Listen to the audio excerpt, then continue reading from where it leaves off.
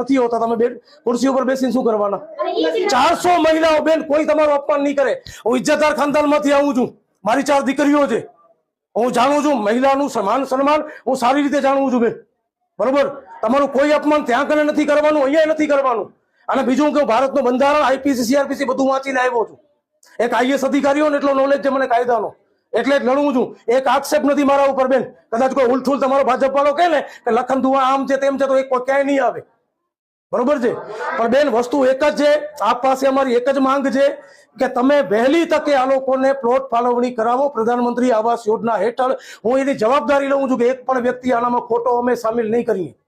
જેનું ration card અહીંયાનું છે, જેનું આધાર કાર્ડ અહીંયાનું છે, જેનું ચૂંટણી કાર્ડ. બેન બીજી વાત કે બધા ભાજપના વોટર છે, બોલો ચૂંટણીમાં. હવે તમને એક વાત કહું બેન, બીજી વાત કહું, અહીંયા મકાન તોડી નાખ્યા ને છતાંય બે લોકોએ વોટ ભાજપને આપ્યો.